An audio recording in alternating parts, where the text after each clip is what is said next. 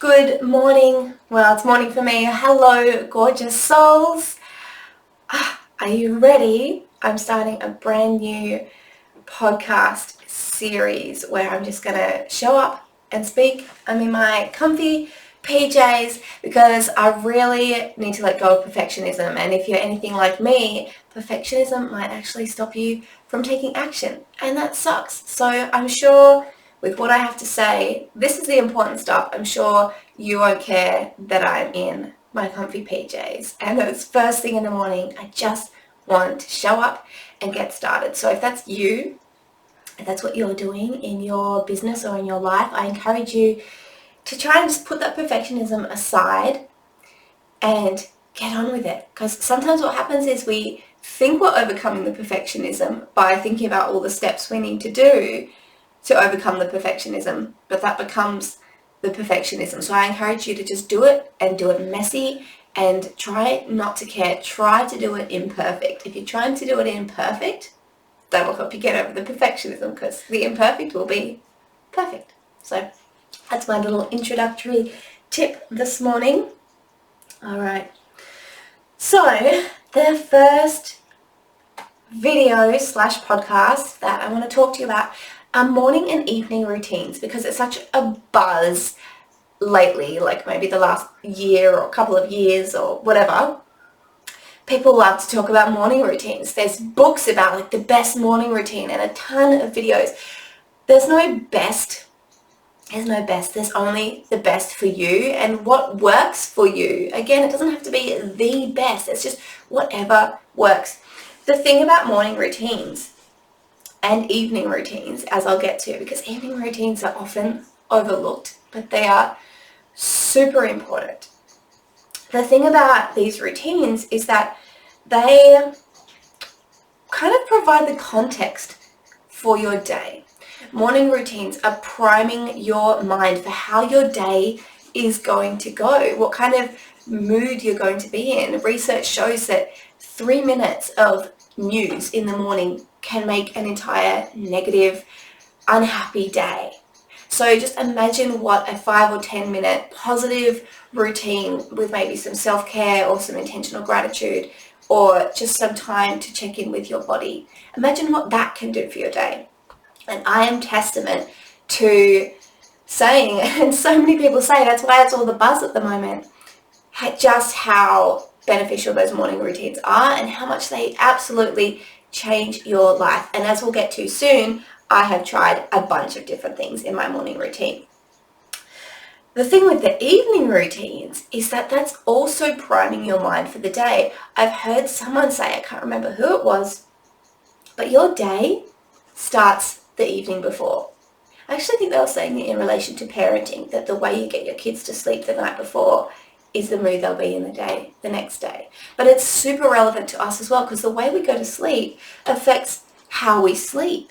The things we think about just before sleeping are what gets plugged into our subconscious mind, and then our subconscious mind spends 8 hours on that subject. So if you're thinking about your worries and your problems, and then at night your brain is subconsciously in that state, or sometimes even having bad dreams, or sometimes even having bad dreams about the problems, that is so much time that we're spending in the energetic state of those problems. Even though you're unconscious, you're still in that energy. And as you know about manifestation, you're always manifesting. You're always emitting the energy which holds your intention, your expectations. So it's really important. Conversely, if you go to bed thinking about all the things you want to manifest, and not just want to manifest, but in the energy of having them, or if you go to bed in gratitude, thinking about all the best parts in your day, and you go to sleep like that, you're attracting more of it.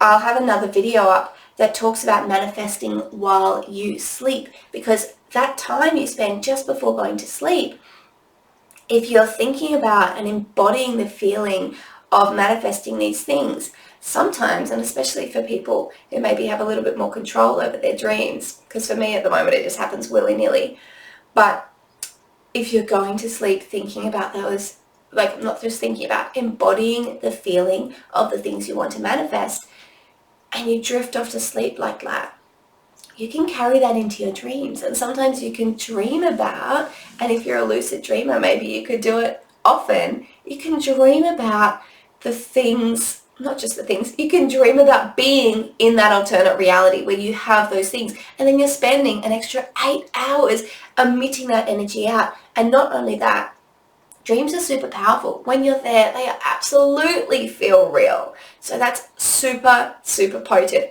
But don't worry about that just now. Right now, just think about how you can create an evening routine, even if it's 5 or 10 minutes just before you drift off to sleep. Even if you just start thinking about or paying attention to what you're thinking about just before you drift off to sleep, and make sure it's positive, and make sure you're focusing on the things that you do want in life, because that is super important if you want to create your life, consciously create your life, because we're always creating. Think about what you're thinking about when you drift off to sleep, and just shift it. You don't need to squash it, control it, cause resistance. Just off the screen. Sorry, my kid's in here. Just be aware of it and shift it. Just be gentle. You don't need any resistance. So that's why these things are important. They're priming the mind, and they get plugged into your subconscious, and they create your day, and they influence your manifesting. So what I like to do is have that morning and that evening routine, and I call it bookending my day. Now, at the moment, I'm bookending my day with just 10 to 15 minutes of yoga. And the yoga channel that I love is Yoga with Cassandra, because she does short classes that are 10 to 15 minutes, and she has heaps of them. And the ones that I love are the 30-day challenges, because it keeps me going. I have that goal, and then once I get to 30 days, I can just start at day 1 again, and it gives you little dopamine hits and gives you that visual progress. And if you've read Atomic Habits by James Clear, you'll know that that's a great way to build a habit, to motivate you towards continuing a habit. So that's what I'm doing at the moment. That's my morning routine, is I do my 10 minutes of yoga. And then after that, I write in a gratitude journal that has a few prompts, like what I'm grateful for, what my intentions are for the day. Love, can you stop kicking? It's making a noise. And what else is in there? I should have brought it up to show you. That would have been helpful. But basically gratitude and intentions and my mood, how I'm feeling, and then I rate the day overall. Super, super simple morning routine. And the reason it's so simple at the moment is because I had a break from morning routines. My kids started waking up earlier, and so I'd wake up to do my morning routine, and then the kids would be awake, and it just wasn't that sacred alone time that I like to call align time, and it was a bit different. So I shifted my morning routines a little, and I'm getting back into them. When I say getting back into them, I've been doing it for about 6 weeks now, but I had a big break. It was winter time as well, so that influenced it. But previously, I've made my morning routines too complicated, and it becomes difficult to stick with, or it becomes tiresome, or it becomes work. And it's not supposed to be work. Again, if you've read Atomic Habits, if you're trying to create a habit and build a habit, it needs to be easy. It needs to be digestible and palatable and maintainable, sustainable. So you can do a long morning routine if that suits you. But if you struggle with that, just make it shorter. Just make it super simple, because every little thing has a difference. Everything makes a difference. Again, in Atomic Habits, he talks about 1%, the 1% difference building up over time. And I'm noticing that with yoga.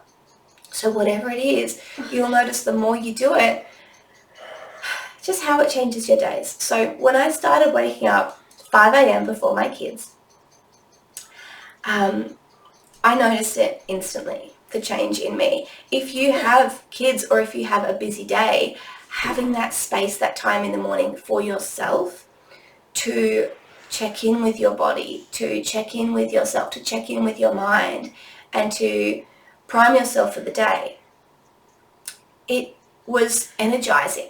So I was getting up earlier, but feeling way more energized. I've done super long morning routines where I would get up and I would do a meditation from Elevate the Globe, Kundalini breath meditation. And then I would do Qigong. My favorite Qigong channel is Yochi with Marissa. I think she just calls it Yochi with a QI, Yochi.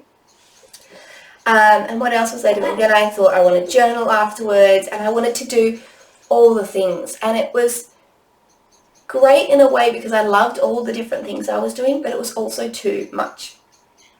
Then I thought, well, maybe I can switch it up, do different things on different days. But that wasn't building that habit of having that same thing.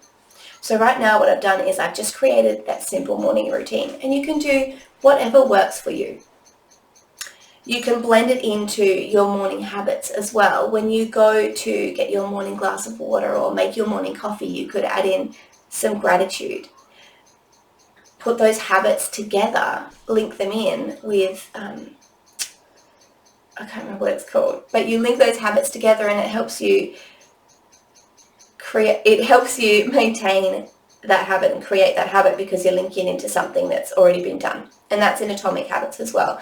I'd encourage you, if you struggle with making morning routines a habit, that you do read Atomic Habits or maybe look up a summary or something, because it's got amazing tips in there.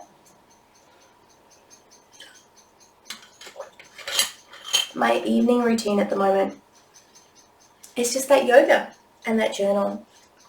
Previously, it's been to do more Kundalini meditation or I love doing guided meditations at bedtime, or hypnosis, or a gratitude list or a gratitude journal, or self-Reiki.